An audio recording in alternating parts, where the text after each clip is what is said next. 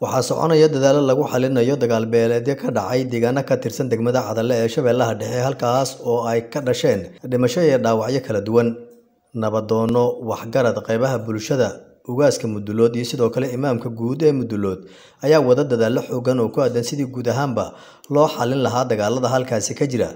Nabadoon Cabdiraxmaan Muxiidiin Jimcaale oo ah nabadoonka absuga kana mid ah dhaqanka Wacisle ayaa sheegay in dagaal wax micno uusan lahayn marka laga tago in dhiig uu ku daato.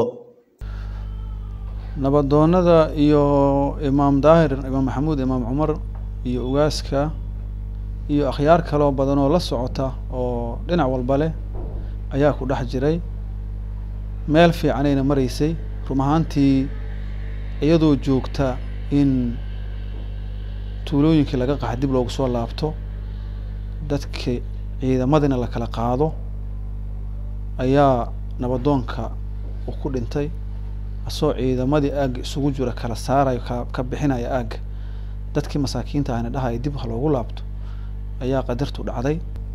waxaana rajeeyaa biriba in ay ku dhaqaaqaan imaamka iyo ugaaska iyo wufuudda la socota oo aad iyo aad u shaqeeyay oo kala dhaxgalay oo xagga tagay oo run ahaantii si hagar la'aan ah u shaqeeyay. marka waxaan rajeynaynaa inay maalmaha soo socota si wanaagsan ku dhamaato.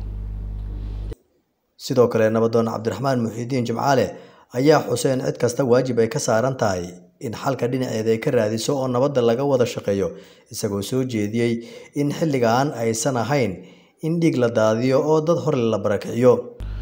wallaahi runtii waxaan dirayaa dadka walaalka ah oo isku dilay tuulooyinkaas hoos yimaada degmada Cadalle waxa ay sameeyeen ma ahan wax wanaagsan. inaad qof muslima dishaaho sharciyada islaamka kuma banaana, inaad walaalkaa dishana waa kasii daran tahay.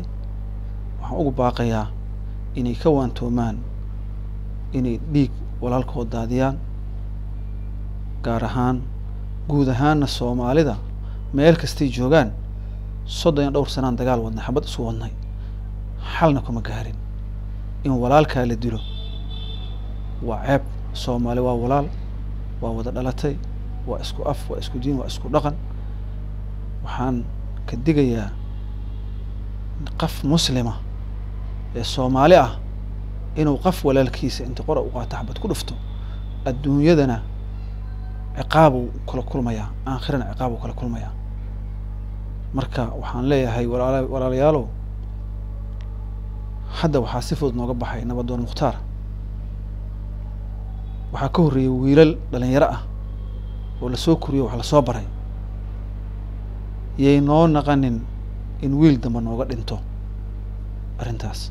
maamulka gobolka Shabeellaha Dhexe iyo sidoo kale odayaasha dhaqanka ayaa guud ahaanba waxay ka wadaan deegaano hoostaga degmada Cadalle ee Shabeellaha Dhexe sidii lagu dhexdhexaadin lahaa beelaha halkaasi ku dagaalamay, iyadoo ay xusid mudan tahay in la kala qaaday ciidamadii dagaalamay oo hadda rajo laga qabo in beelaha la wada hadashiiyo sida ay sheegayaan dadka deegaanka. Maxamed Cabdi Xasan, M24, Muqdisho.